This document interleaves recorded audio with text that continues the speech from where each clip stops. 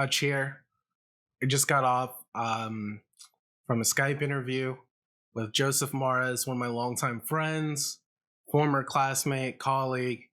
We do have an amazing interview lined up for you. He talks about his start at Riot Games before it was popular. We're talking internship. I think it was like '07 maybe, like really early League of Legends. Um, how to navigate your career after school and during school, side routes into the industry, starting with QA. We go pretty deep. We cover a lot of stuff. Some of the most important stuff we talk about are how to creatively collaborate with one another. Yes, and not no buts. Really interesting take on game design and coming from improv to design, and also coming from wrestling and entertainment, and looking through game design from an entertainer's lens. So hopefully you enjoy the interview and you take away something of value from it. So let's get into it. Thanks for watching. See you soon. Let's get started. So there are a few things that I wanted to ask you. The first thing was, um, let's go back to just kind of where you started. Like, what made you want to get into games? Uh, so yeah, so I guess I'll introduce. I'm Joe Morris, and I'm a game designer. And the thing that made me want to go into games was I loved entertaining people. Like I love creating engagement and creating tension and creating like moments for people. And I remember when I was a kid, I those 25-cent machines that you have at the store. Yeah, like Uh, the homies machine. yeah, like the homies. When I was like 5 or 6, whatever, I made one out of cardboard. And because I wanted my parents to come in and put a quarter in, and then I threw out like a little toy I had. And I don't remember what happened. It probably didn't work. But I mean, I just love creating moments for people. I love creating experiences. And that manifested into me going to wrestling school first. And then after I went to wrestling school, I was like, okay, video game development is probably way easier than this. Okay. So, what made you correlate making the kind of quarter machine to video games and to wrestling? Like, how do those connect? Well, they're all you're in all of those. You're creating an experience for people. You're creating a discovery moment. You're getting them engaged, and then you're creating some sort of discovery. Whether it's really short form, like creating a 25-cent machine, or pro wrestling, to me has always been very engaging because of so many aspects of the athleticism, the storylines, the characters. And so I really like that, and I wanted to have that same. I wanted to create that experience for other people the way wrestling did it for me. Same thing for video games. So to me, they're all the same. They're all about creating something for the user, getting them engaged, making them care about it, and then giving them some kind of a cool moment that they could, that aha moment, that fun moment, that pop. That they're to me, they're all the same. The laugh, and so I kind of always, since I was a kid, I've always seen like to me they've always been connected, like every form of entertainment. So, did you know that they were all the same as a kid? Because I think that a lot of people don't realize that it's the same. No, you can only really connect it going backwards. I knew that I liked creating a reaction in people, no matter how I got it. Whether it's from like I used to do stuff with my toys and surprise people with it. Like I would have toys hiding in different areas of the house, and be because I wanted to like create a moment and then watch someone go through it, no matter how it manifested. Um, and so yeah, so to me it's always been, I've always tried to do that in some way. And now looking back at it, probably when I was in my 20s is when I like mid 20s was when I first realized it, that they're all the same. The steps are all the same in how you engage an audience through any medium and platform and genre. Okay, so let's go back to you. You get into wrestling, right? Hmm. So you wanted to be a pro wrestler before you knew anything about game design. Yeah, so the funny thing is, I think I was in 8th grade, and I saw an EGM article about, I think it was Earthworm Jim. And I was reading it and I saw like they were interviewing the game designer. That's the first time I saw anything about like the game designer being a person. And I was like, that's got to be impossible to do. Like, how do you become a game designer? It's funny now. It's like I like for sure. I thought that you had to be born, into a certain family, or from a certain part of the country, or you had to come from money, or something like that. Like I knew it couldn't be me. That's what I knew. That's like the complete opposite of what I thought. I was like, Really? yeah, yeah, because I was like, I'm totally gonna become a game designer, no matter what. Like, nothing's gonna stop me. And, but that was the only option, though. Besides, I wanted to also be an attorney too, and Oh, that that's I cool. think is because I like fighting with people. I like arguing, so I get to flex both of those muscles sometimes in design, at least. Yeah, that's true. You do that sometimes. But yeah, like I never thought, like I for sure wanted to do it, but I just like there's no way I'm gonna do it. I'm not smart enough or whatever. Um, and then like probably a couple years later is when I tried to like lower my standards a little bit, to some degree, and I said, well, you know what, I can do pro wrestling because that's a physical thing, and I could do the physicality of it, and that's kind of, to me, they were on the same level. Wrestling and games were both equal to me, like in form of engagement and kind of things I want to do, aspirations. So I'm like, well, I could probably be a wrestler. And so I trained for like years, and I got in really good shape, and then I saved up a bunch of money, and I went to wrestling school, and it's like the hardest thing like ever for anyone to ever do. Um, and after I was done with wrestling school, I got out and was like, man, I could go be a game designer. Because wrestling was so hard, it gave you It the was, confidence. Is that what yeah, it happened? gave me the comp because I was like, there's no way game design school is harder than this for sure. And it wasn't. Okay. Yeah. And then that gave me the confidence to go pursue it. And a scant 16 years later, and here I am. Okay. So just to let the audience know, we met in game design school. So Mhm. how was your experience there? It was interesting because I was already working at Activision and EA before I started school, doing QA. And so I was doing QA and going to school simultaneously. So I kind of had already some knowledge of how the industry worked. So I really wanted to jump ahead. Like I wanted to jump ahead to producing and designing, and I love doing environment art and all that. I thought that was cool, and that's really good, to round out my education. But I wanted to get into like more production because I was looking at production at the same time.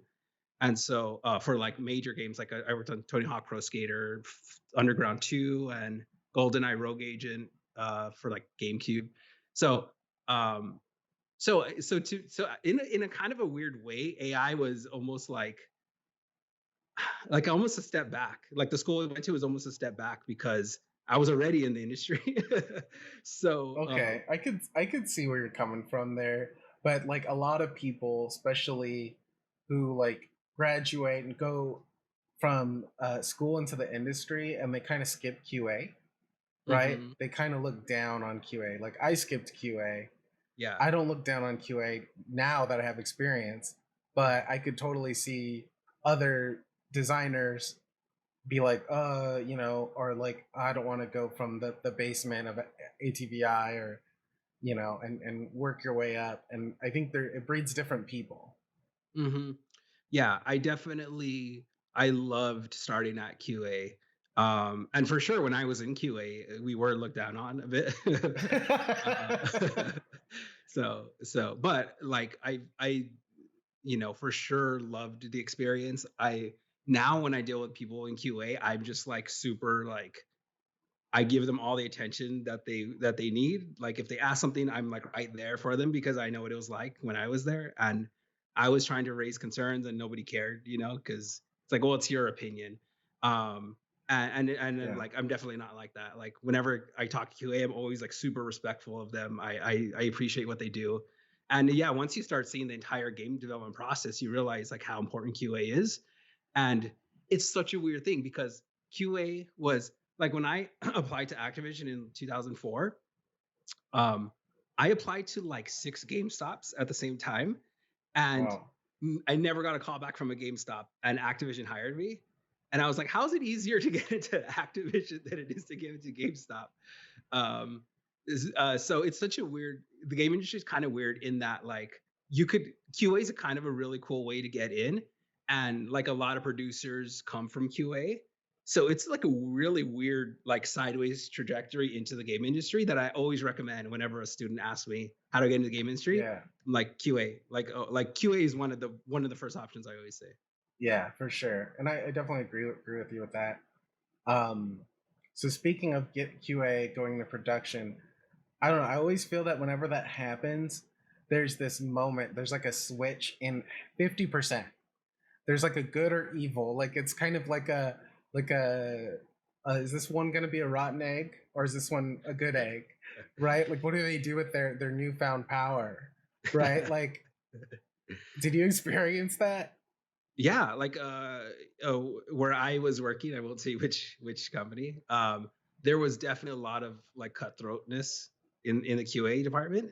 Like people were stealing each other's bugs, and people were they would take like, so if there's a bug where, hey, in level 1 the gun jams when you try to use this weapon, right? And Yeah. then in level 2 the gun jams when you try to use this weapon. In level 3, and they'll extend it into like 50 bugs when it's really just one bug. um but because like your numbers mattered, and a project was ending and they're going to lay everyone off, and they only kept like the elite people, so there was a lot of like people like scrambling to survive, and I didn't like that part. I didn't like how some people were very like cutthroat, but like sometimes you go raise up in the ranks with that attitude. But from my experience, those are the people. Like the game industry is so small, like it's so tiny, that sooner or later like you're going to be interviewing that person, and you're not going to want to work with them because of how they were, versus the cool people who are really just kind of all about the process and creative collaboration and all that. um at the end of the day, it's better because you're going to work with them eventually at some point down the road. So yes, there was that. There was good eggs and bad eggs coming from QA. I think it has to do with the cutthroatness of it. They're very like, climbing the corporate ladder rather than, just being a good person. So what else do you think breeds that culture? I think at the time it was. I'm not sure. I don't think it's like this now, but I don't know. I haven't worked in QA in a long time, but I think part of it is they just cared about numbers, and they cared about like, they didn't care about the quality of bugs. It was more about like the number of bugs, and also constantly laying people off after projects. Like you hire a whole team, you fire a whole team after 3 months. And I Yeah. think that kind of like that instability is kind of, to me, that I feel like that's the main culprit. The game industry is like very nomadic. Like you really have to. I mean, it's definitely not as stable as other industries, I would say. So, so I think that's part of it. I think that just lack of job security is kind of what makes people tend to go to the dark side of it. Got it.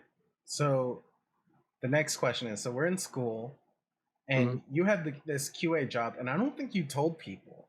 Really, only a few people I think knew that you were Yeah. working at that time. Um, but I think, and you can tell me if I'm wrong, I think at one point you were going to school and working as two QA jobs, or were you working as an intern and QA and school? What was Yeah. it? So that was 2007, and I was going to school full time. I was working at Activision. I'll just say it. I was working at Activision overnight QA, which was like I don't remember. I think it was like we got out at 6 in the morning or midnight. I forgot. Um, no, I think it was midnight. Uh, and then I was interning at Riot Games as associate producer, and then I was also for a period as along with that I was also teaching uh Oh wow, I high forgot school. you were teaching. I forgot you I were was, teaching. yeah, I was teaching high school in like Torrance, I think. So, so and I was also, there's some classes called portfolio classes in school, which are like the most important classes you take like towards the end of your of your degree. And I was late every class. I was late an hour, like on the dot, and that was like the most strictest class with the most strictest, like you got to be industry ready, professional, blah blah blah. I was late an hour because when I would finish teaching the high school class, it was already time to be in my class, like at our school. And so I had to drive from Torrance to Santa Monica as fast as possible, and then I would get to the class like an hour late. So Wow. it was quite an adventure, and I passed all my classes that year, that semester, and school was great. But I was teaching, and then I had to leave right at that point because I was doing too much. Um, but it was yeah, it was crazy schedule. So let's get into Riot because I'm like, oh my gosh, you were there at the cutting edge floor, and for me, I was like, oh, why did you leave Riot? Like you could be like a multimillionaire right now, I think. Yeah, probably. I don't know. Um, yeah, Riot was cool. I mean, I believe at the time, like Mark Merrill and oh my god, I forgot his name. The other co-founder. I'm sorry, I forgot his name. They were like 25 or something at the time, the two owners. And from the beginning, when I first heard the pitch, my buddy Brian was the producer there, and like I knew, I was like, oh, this is like super cool because no one was really doing microtransactions at the time. And so just the way it was set up, the premise of the game, like I knew it was gonna be like super cool. Like I didn't know it was gonna be like filling football stadiums, but I knew it was gonna be like really cool. And so I'm glad I got to work on it. I directed the animations of like the first 40 heroes. Like most the animations are still in there. I recorded myself like doing the dances and the Jax's moves with the stick and all that. And those animations are still there today, and so that's kind of cool. I also named the game League of Legends, so that's all really cool. But I've like people often ask me like, oh, aren't you like bummed that you didn't, you're Yeah. not like a billionaire now? And you be like, yeah, like money's cool and all that, but like, but also knew from when I was there that they weren't going to work on anything else. Like I knew this was like their thing, and it was definitely Really, super you successful. knew that they weren't going to make any other games. I mean, now they have three games out because they have Valorant and Team Uh, Fight Tactics yeah, and Legends of Runeterra. So they have three additional games. yeah. They're still in the League universe for the most part, Oh, is it? Yeah, I haven't except checked for them out yet. Valorant. Um, but I knew for a while they weren't going to work on anything else, and I wasn't the biggest fan of mobile games. And I want, like, as you could see through the rest of my career, like I like working on different stuff. Like I get very restless. Like I want to work on like Got weird, it. cool stuff. And so I didn't want to work on the same game for a long time. But I'm like I learned like there's a guy who works there. Not the Jeff Jew was really cool, but there's another guy who works there, Paul Beleza, and he taught me so much about game design, like how to be like a cheerleader, how to be creatively collaborate, how to have like a good attitude. It's like it ends up being one of the most important things for a game designer, and he taught me so much. So I'm indebted forever to Paul Beleza for kind of being a good role model for me. Is it Boleza with a B or a P? Beleza, Bellezza, I think. Yeah, yeah. So I learned a lot there. It was a really cool experience. How long were you there for? I think you were there for a long time, right? Yeah, I think I was there for like 9 or 10 months. That's a Um, long time. yeah, yeah, I was doing like so many things simultaneously. Uh, but the cool part was that like, and this was totally unintentional, but like it did help me get a bunch of other jobs. Yeah, yeah. So Let's talk about that. But before we do, I wanted to ask you one other thing. Like, what was the thing that you took from school that was like good? that was good. Yeah. My meeting you, Hutch, of course. Okay. Awesome. Uh, Love it. Next question. Let's keep going. I don't want to ruin the compliment. The other thing was, so right now, right, we have this COVID situation going on. Mhm. Um, what's your advice for new people, right? Like if you're a student, right, you just graduated high school, your class of 2020, Mhm. and you're like, ooh, do I go to college? Do I want to do video college? Do I want to go, right? I want to be a game designer. What do I do? Um, I would do 2 things. One, I would figure out if you know for sure what you wanna do in the game industry, then I would start doing it right now. Like, if you know you wanna be a programmer or you wanna be a concept artist or you wanna be a game designer, like, there you can just go on YouTube and start. Unity is free. Like, you could just go. I think Blender's free. Like, uh, you could just go right now and just start making stuff and doing tutorials and things like that. Uh, my favorite advice I got from Jesse Shell, who's a game designer legend. He said that, if you want to be a game designer, a go take 30 minutes and make a paper card game, make a paper board game right now. Because if you don't enjoy that process now, when you have a team and millions of dollars, you're not going to enjoy it then, and it's going to be more costly. Um, so you can go make something right now. So I would advise doing that. If you're not sure of what you want to do, and or even what the rules are of game design, then I would go to school so you can be exposed to everything and you can start figuring out what it is that resonates with you. So that'd be my be advice. If you know what you want to do for sure, go and do it. If you're not sure what to do, then go to school, get connections, and then start figuring out what it is that really calls to you. Nice. So we were talking about how League led to a bunch of other opportunities for you in your career. Yeah. What were some of those opportunities? What are the highlights? Uh, Definitely the highest highlight is I got to work on a project for Walt Disney Imagineering, which was like for me is the ultimate in creativity. Walt Disney's my hero. I've always wanted to work with Imagineering, and I got to work on a project. I think in 2011 or 12. Um, which is like a role playing game that we did in the park, which apparently was a model for the thing that they're doing in the park now with the Star Wars land, the interactive game, or something like that. That's what I've heard through the grapevine. But that was like the coolest thing, to work with Imagineering and talk to a lot of Imagineers, and that's definitely one of the highlights. I also was the lead interaction designer for Jurassic World VR Expedition, which was at all the Dave and Buster's, and so that was like a really cool thing to work with some people at Universal and work on a big IP like that. And then it was a virtual reality motion simulator, and it was at all the Dave and Buster's. It was the biggest VR launch at once. I think it was like 150 locations or something like that, like on the same around the same time, like same week or something. That was really cool.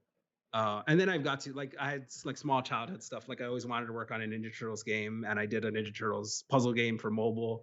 And I got to work with the writer there to help do the story, and then I worked with the voice actor for I keep forgetting his name, but he did Raphael, Oh, and nice. he was Gimli. Sorry for people who are fans of Lord of the Rings. I don't watch it that much. He was the guy with Frodo. Is that is Yeah. that is that Gimli? Kimley's with people, but they're Sam. Sam Sam Samwise. Weiss. You Samwise? Yeah, I forgot his actor's name. I'm super sorry for that. But I met him and we were in the recording studio. He was super cool. So that was like a really cool moment. And then also starting my own game developer. Like I work on my own as well, and I get my own contracts and stuff like that. Especially for a period a couple of years ago, that's really fun and liberating to decide your own schedule and do the work that you want to do and figure out how you're gonna get some new Okay. make everything So I work. have some So questions. So like mhm. when you go from working for other people to working with yourself, how is that transition? Were you scared? Like what were the scariest moments in your career? Like the moments that made you be like, oh God, what's gonna happen? Am I gonna pay uh, rent? What's going on here? It's definitely there's like again like the game industry. Sometimes they scale up projects and then they scale them down, and you don't have enough time to react. So there's moments like that, but those have never really scared me that much. I think it's just because I'm so used to it. Um, but I think one of the scarier parts is I can't say anything specifically, but we were going to give a presentation to a big studio who who haven't seen anything for like 2 or 3 months, Mhm. and I just started, so I wasn't sure what was new or not. And like 5 or 10 minutes before these bigwigs came in, I found out that nothing was new. We had nothing to show. Whoa, so you started Yeah, and then they're like, "Hey, you have to do this presentation or whatever," and then yeah, I was part of it. Yeah. you had no. And Wow. I thought we were showing them a bunch of new stuff, and then I found out like just before the presentation that they saw it all before. How many months I was? think it was sorry. I How many mean, months was it? yeah, how many months before the publisher saw those features that you were saying were new between when you arrived? Do you know what that amount of time was? I think it was like 2 months. It might have been 3 months. So that's definitely an unacceptable amount of time to show nothing new. Definitely is. Definitely is. Can you say what the publisher was? Who the publisher? No. Okay. No, I'm pretty sure I can. Were they upset? Because Yes, they were. They were. The funny part was that me and the producer were like, okay, we have nothing to show, nothing new to show at all. Maybe they'll come in a good mood. Like maybe they'll be like, oh hey, all right, let's go team, and maybe we could just like yeah. work off that energy. They came in and the first thing they asked for was what's new. And what did you say? How do you respond to that? I think the producer jumped in and he started saying like, we've been like working on some new stuff, ideas, something like he started like kind of trying to buy time and and talk about the process rather than showing anything. At the end, it came out okay. That meeting was okay because we kind of talked about what we were working on, even though we couldn't show it. But that project ended up shipping on time, and it was good. So at the end of the day, everything worked out well. Just that morning was like we both like we both made the same joke about jumping out of the window. Wow. yeah. We're like, oh man. So So, and you got hired on as a producer as well, or were you hired on as a designer? What was your that one, role on that project? I was a designer on, but I was responsible for like the new designs that were going in. So so I was equally on the hook as the producer, even though I had just started. Um, yeah, so there's no way out of that one. Wow. uh, So let's talk about your transition from working for other people to working for yourself.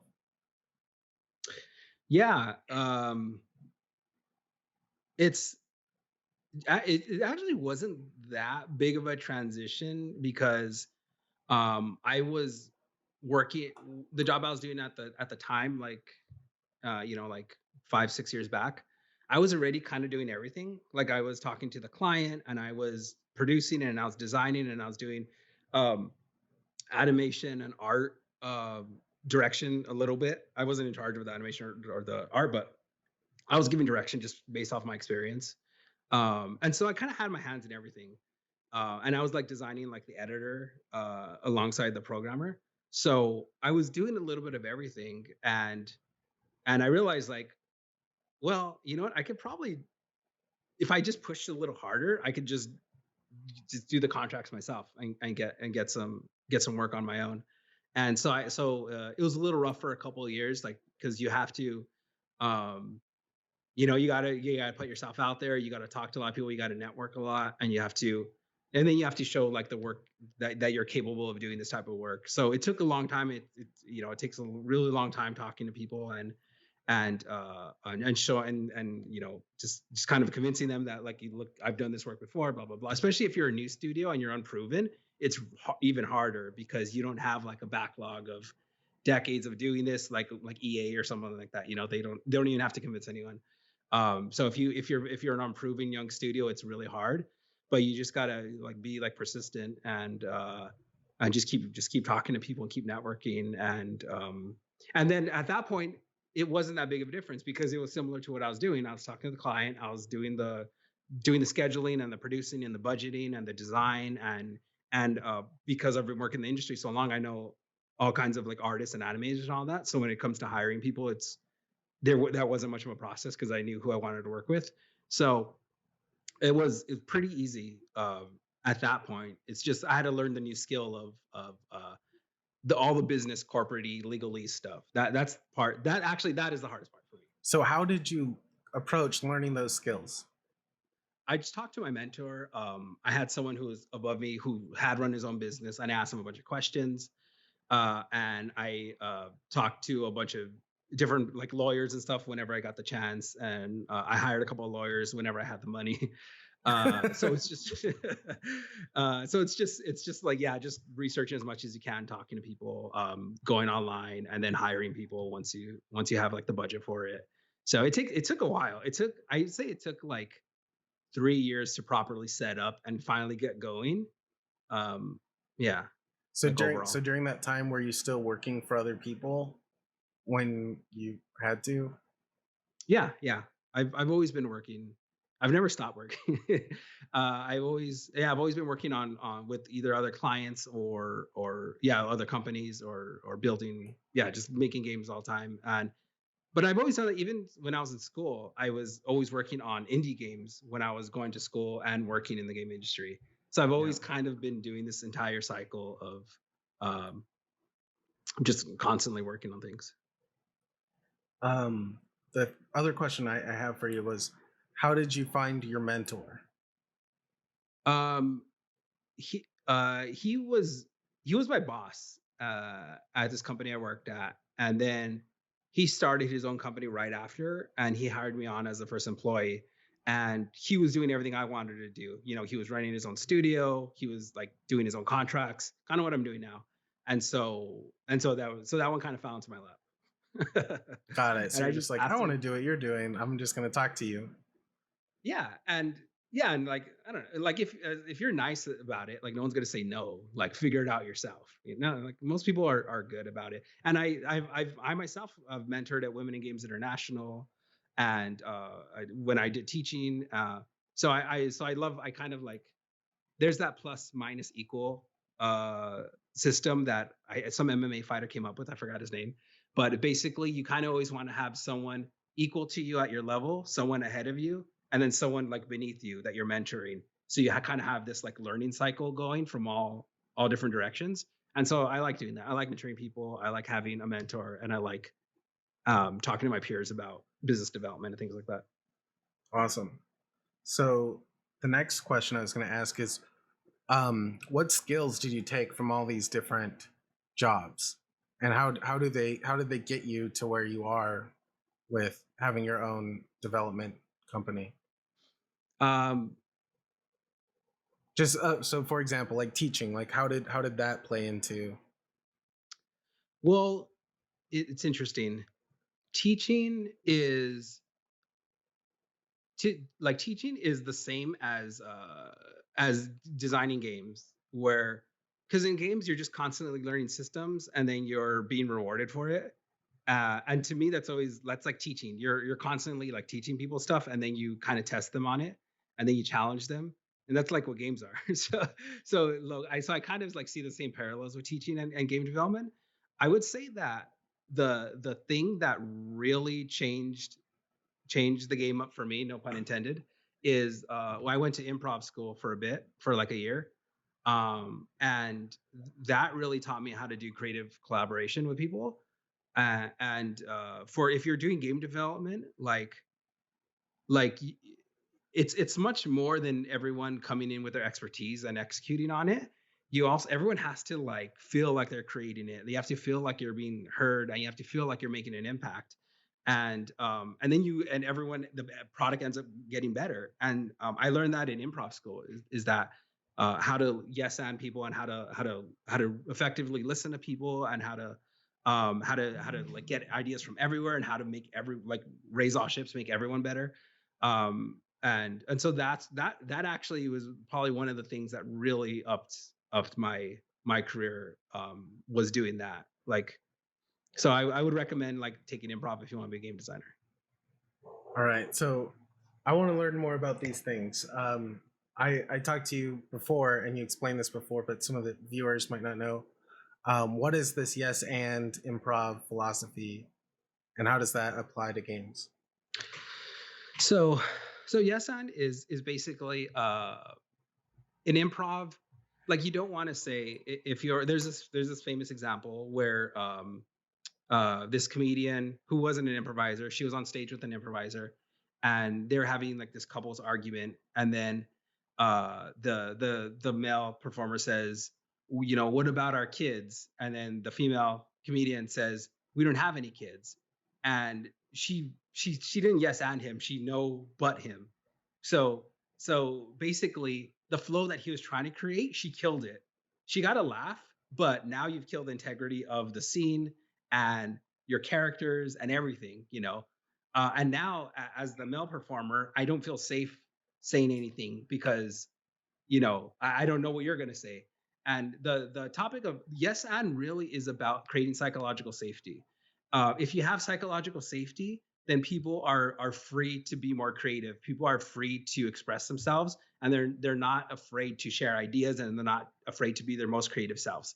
But if you create an atmosphere that's restrictive and judging and all that, people aren't going to give you their best, and they're not even going to attempt to do it, and they're not going to speak up.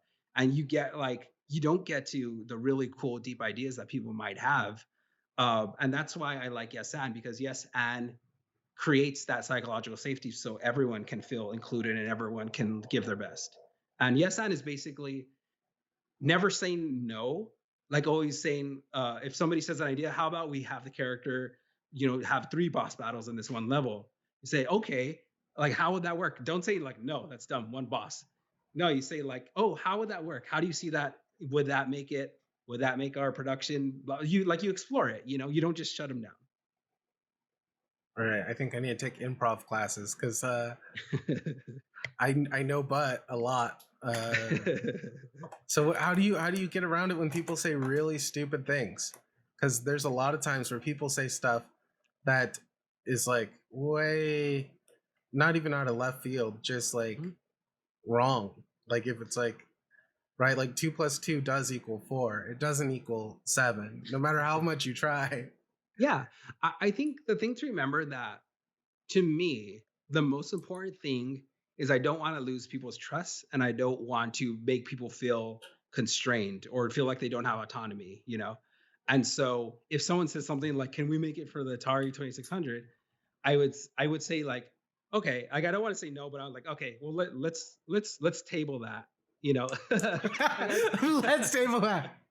I You gotta have that in the back pocket. yeah, and it's not a hard no, you know, but it's, you know, there's 2 ways to do it. I either do that, or I say, I start exploring it so that the answer is obvious, that I don't have to actually say what it is.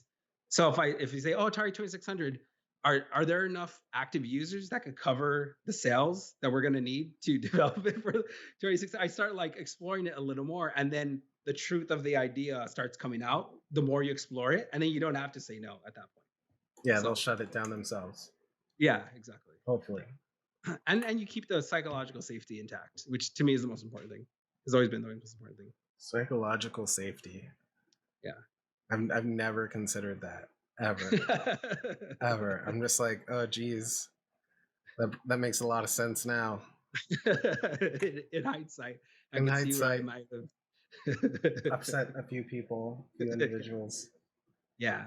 Um, so speaking about upsetting individuals, how is this? I don't want to say cancel culture, but that's kind of the appropriate term. It's like like is there like any way you've changed in terms of like dealing with people, in terms of like maybe even handling yourself with the whole, I don't even want to say I don't even want to say cancel culture, but that's the only term I could think of. Uh, this day and age, I feel like everyone's really sensitive Uh-huh. sometimes. I don't know if that's affected how you operate working with Uh, people. nah, I don't think it ever has because everything I design, it's always user first. And that's actually why I started my company is because um I always want like the experience and the even since I was a kid, I've always want the experience and the user's enjoyment to be number one. And if the person is going to find any friction anywhere, then I haven't done my job. So I mean, I've always been super hard on myself. And so that I probably don't notice if if people are being more critical because no one could be as critical on my stuff as me. But yeah, so I've it's not affected my day to day in any way. Probably because I'm so like zoned in already on every detail of what I do. I'm like super critical of myself, so I got it taken care of for myself. Got it. that whole side, yeah. So what are you working on now?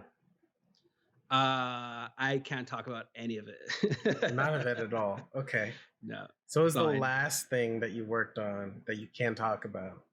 The last thing I worked on that I can talk about is I designed a board game with Nolan Bushnell, the inventor of Atari and Chuck E. Cheese. Um, uh, he called me up one day. I was at Whole Foods, and he said, "Hey, I want to work on a board game, and you were recommended by some peers." And I was like, "Cool." So I started working with him, and Yeah, we take made this game called St-Noire, and it won the CES Innovation Award for this year, 2020. And it was pretty cool. It didn't come out exactly how I wanted, but I think doing like an Alexa board game with Nolan Bushnell, it's hard to be upset about that. So that's like yeah, the latest thing I could talk about. Yeah. for sure. So how was it different than how you wanted it to turn out? Well, um, so originally I had wanted and I should do an unboxing of it because it's still sealed. But Do it right now. originally, Pull it out. no, No? no, Okay. no. There's only 15 minutes left, or whatever time frame you have. So the game works where it's like it's an unlimited amount of players. You could have like 1 to 8 players or whatever, but it doesn't really matter because in between you could talk to each other and then say an answer, and then you discuss more clues, and then you say an answer whenever Alexa is telling you about the story of the murder or whatever. And originally, everyone was a different detective, and it was a little more interesting Oh, because if you the thing was you wanted to solve it before the other detectives, got it. right? So you'd hold But on to clues. yeah, you could start putting stuff together on your own, but in a way that other people didn't get the same information. So you'd kind of ask other people questions, the other suspects questions, to make other people think that you were onto a different path when you already had this other idea over here. Um, and then if you guess too soon, the murderer kills another person, and then you get fired. And so you kind of wanted to time it right. You wanted to make sure you had enough information, but you didn't want to make sure that everyone had a bunch of information where they would figure it out also. So that was the original design. This design, everyone is saying the answer at the same time. Like you discuss it with your friends, and then you say, "Oh, let's ask this person," and you discuss it with your friend. Well, so it takes out that competitive aspect that I thought was really really cool. So that was kind of So it went, I really wanted that, and so it yeah, went from competitive to like purely co-op. yeah, it's purely co-op. Yeah, and so it's a little more like a little more family friendly, which I'm glad about too. But that original version was really tense. Yeah, I could see that being a little bit more engaging. Uh, So speaking of engaging, mhm, I know you have a theory about fun and engaging is an element in your theory. So do you want to mhm. go over your theory? Yeah, I could go over the high level of it. I'm in the middle of writing a book, which I've been writing for 8 years. Uh, and so hopefully I'll be releasing it within a year. Because I still want to add some stuff to it. But The fun theory is so this is based off of my time working in the game industry for 16 years and doing dabbling in pro wrestling and improv and stunt work and imagineering and stuff. Uh, so basically, there are four steps to making something fun. The first one is resonating, making something clear. So the person has to understand what's going on, and they need to, or at the very least, they have to understand what the premise is. Like, this is a baseball game, this is a haunted house, Mhm. whatever. They have to know what it is. Or even better, they have to care about it. It has to resonate with them. Like, oh, this is a game about a pro wrestler. Like, okay, that resonates with me. So that's the better end of it, is it resonates. The lower end is like they have to just understand what's going on. Got That's it. the first step in everything. Second step is engagement. Engagement is about focus. And if the person isn't focusing on what you're doing, when they hit the punchline, it's not going to land. Um, if they don't care about their farm in Farmville, then they're out of the core loop of the game. And so if you're not engaging them in an interesting story, interesting characters, mechanics that are very timely, game mechanics that are timely, anything like that, then you've lost them. So first step is resonate, clarity. Second step is engagement. Um, Third step is tension. Tension always comes before the fun, before laughing, before the aha moment, before the pop, before any of that. Tension basically means that something is going to happen and you don't know exactly what's going to happen. Um, and there's usually stakes involved, like the character is going to die, Mario's not going to make the jump, something like that. Or you're going to roll a die and you'll see, like, oh shoot, am I going to defeat the dragon or am I going to die or whatever. So there's always tension. And you can't know what the answer is for sure, but you have some idea of it. And then the fourth step is the fun part, and it's discovery. Discovery is what makes something fun, and it's specifically discovery because it has to be true to the world, or true to the world that you're building. If it's not, then it ends up being like that joke I said earlier, where she said we don't have any kids. Like, that might have got a laugh because it was a surprise, but a surprise and a discovery are two different things. Anyone could surprise anyone at any time, but a discovery is much more satisfying of an ending, and because it's true to the world that you've created, that's what makes it even more fun. So let's see if I can think of an example of that loop. Let's see. Yeah, if you're playing like Dungeons and Dragons and you're like, oh shoot, I need to get, I don't know, I've never played it, but I need to get like a 6 to Jeez, to be to there's beat gonna them. be a lot of angry nerds out there, dude. They're like, you never played D&D. How can How you do you be a game designer? I've got Get him. throw the dice at me. No. Um, Fireball. um, uh, but like if you hit like the 6 or whatever, Mhm. then that's a discovery moment, because it's a 6 is something you can roll and it's something that would win or whatever. Yeah, they rolled 20-sided dice, so Okay. 6 isn't even 6 is bad. If you roll a 6, It's just- you're punching yourself in the face, probably. yeah. So discovery is something that is true in the world, and usually like magic can really get away with this because they're operating with real world rules, so everything they do is a discovery because it's in the real world. But with like games and comedy and kind of more made up media, that's kind of why that specificity is there, because there was like a weird trend for a while of people saying random things, like, and that was the joke, was saying something random. And Yeah, the whole and Family Guy era of, oh yeah. yeah, it would just be like cut to a random side story that's like Yeah, completely random. yeah, I think that's part of it, or that's what started it. Yeah, I think But that's what started it. and it's funny because it's a surprise, but it's not satisfying because it's not a discovery. Like Seinfeld is really good at making discovery moments because everything always ties in to each other.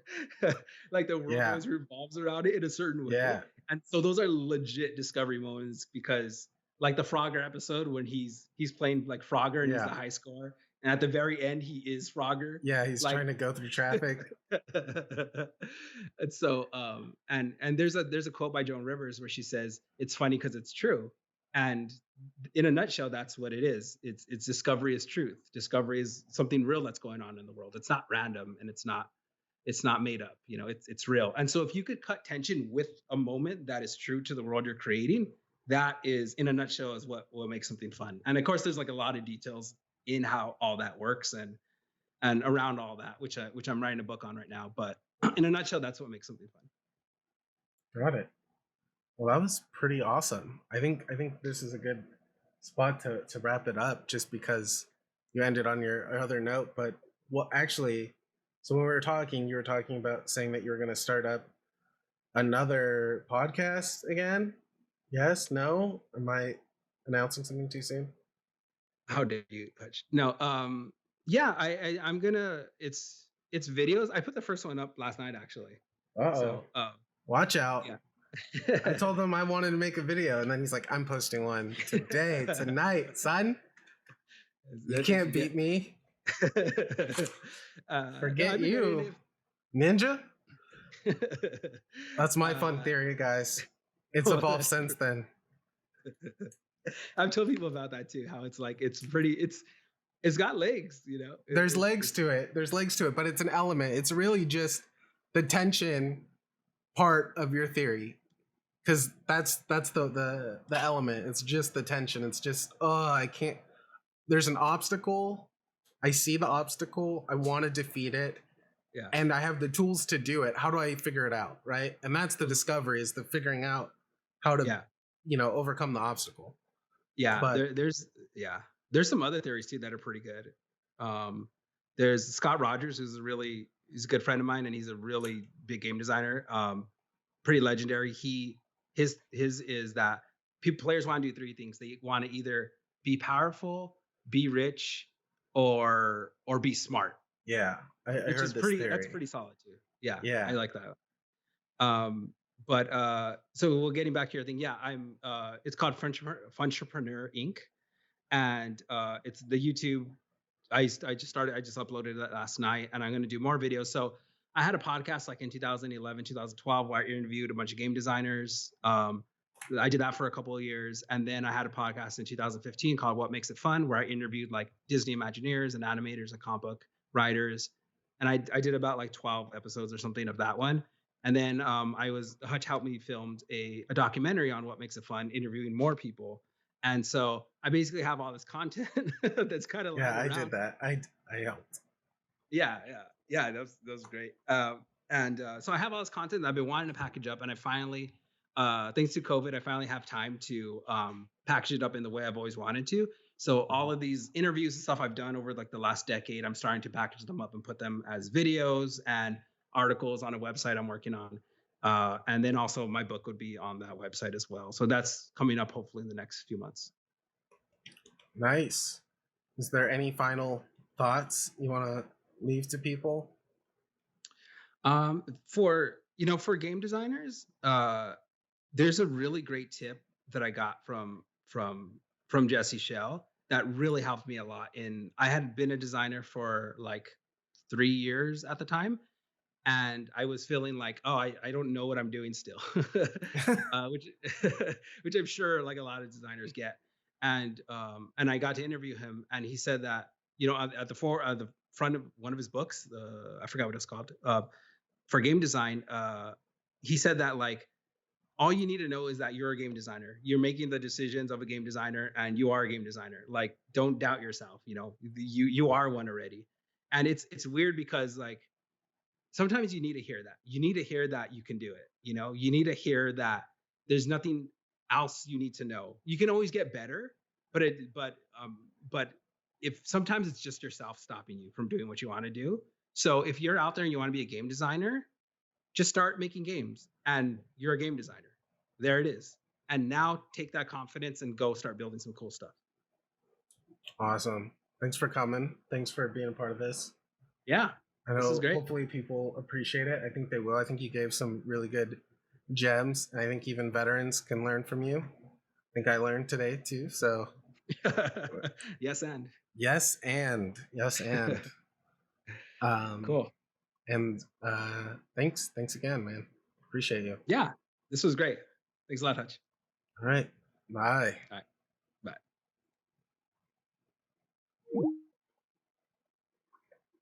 All right, we just had our interview with Joe Maras, friend of mine. We went to school together, and hopefully you guys enjoyed that little insight, little in-depth look.